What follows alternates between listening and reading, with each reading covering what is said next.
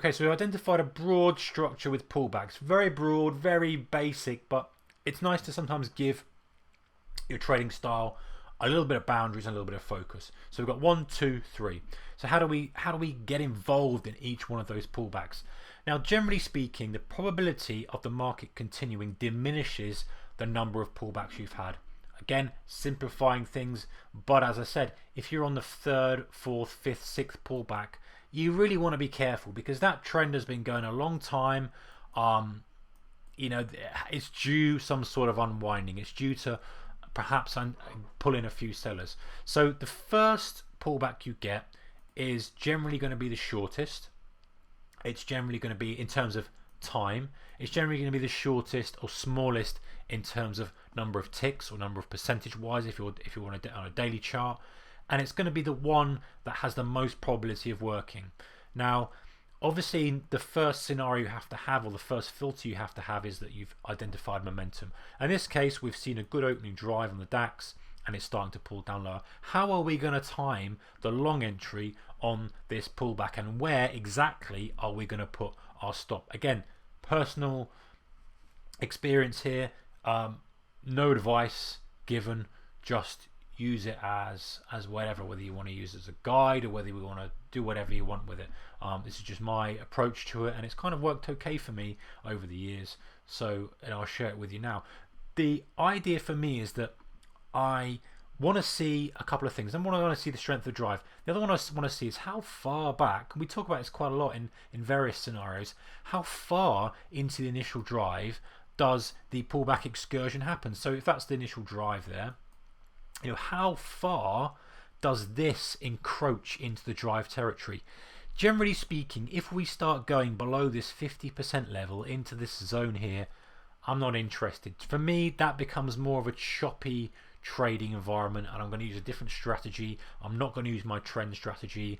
I'm going to be a little bit more cautious. Not to say I'm not going to take a long, but I'm not going to use the same parameters as I would if I was trading from a trend environment perspective. So let's have a look. A couple of ways we can do this. We can frame it and say, yes, listen, we've got a good drive, hasn't pulled back much, right, I'm still looking to go long. We can get all traditional on it. Let's drag that out the way now that we've seen that. Remove that. We can get all traditional and all textbooky, which works absolutely fine because textbook stuff does work in the right environment. It's frustrating when people try to use this in the wrong scenario. You can just trade your double bottom. You're looking for some support. Okay, you've got to have one, your drive. Two, you're encroaching into the drive territory, not too much. Those are the two things that people miss out when they talk about this thing. But once we've got those and we've filtered and say, yep, okay, now we can look for a double bottom pattern on our daily or on our 1 minute, whatever it may be. And this is exactly what you get. Little wicks, support, just anything that identifies support, and we get it. And of course, obviously, this is a good example from this perspective because it rips up a good 40 ticks from there. Which is fine. They're not all like that, but the general thing, a consensus, is you're trying to look for at least a retest of the high. And if you're on a genuine trend, you've caught a genuine trend, you're going to get second and third counter trend moves. And if you're on the first pullback you're going to have a lot more meat in the trade. So that's one way of doing it. Doing that, looking for a literally traditional double bottom on the move. Again, making sure you've got the filters in place initially. Now, the second way of doing it is to draw yourself a downtrend line. Very simplistic, but again, you've kind of done all the hard work with the filtering process, and you're looking to take this trade as soon as that downtrend line breaks. That is it. So it's very, very systematic. Got strength, pull back, downtrend line goes in, you're long here, your stop goes under here. That's it. Very systematic, and you're looking for it to break the high. Very simple, no thought needed to do that. No need to look at price action or anything. Generally speaking, that happens quite a lot. Sometimes it's going to be a bit scrappy, in which case it's a bit difficult to do, but generally speaking, you can draw this kind of downtrend line and then take it when it comes out. Obviously, there's a little bit of heat in this example. No example's perfect. Often you'll get it driving straight out, but ultimately the thesis of the trade works, and that works very nicely. Okay, what else can we do? Another thing we can do is we can stick on a moving average. Yes, this is kind of simplistic, guys, but as I say, and at the risk of repeating myself a little bit, where's the input? Exactly that. At risk of repeating myself, trading can be simple as long as you're doing the right thing at the right time. If you're getting involved in an uptrend by buying pullbacks, that's the right thing to do. You've just got to try and frame that as best you can. You don't need to be perfect. If you're trying to fade highs on a trend environment, then you're kind of not going to work for you. So another way of doing it is just to be very simplistic and put something like a 20 period. I find a 20 period works very, very well.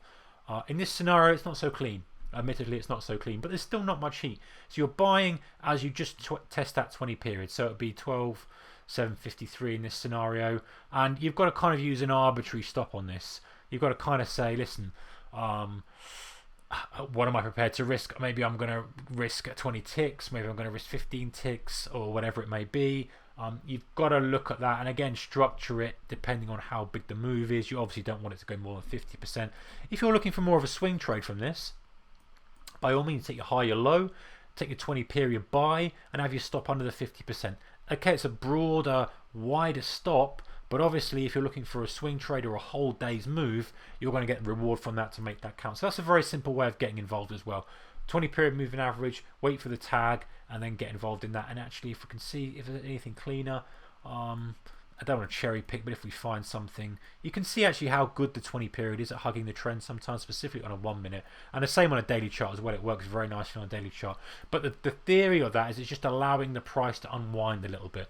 Allowing the price to unwind, you're not chasing the highs, you're giving yourself a little bit of structure. Yes, it's not perfect, but A, it stops you chasing, and B, it allows you to quantify exactly where price is relative to highs, lows, and all that kind of stuff, so that you can have a specific risk management in place and you can kind of structure the trade around those loose boundaries. Let's look again next video at the second and third phases of a trend, buying the pullback.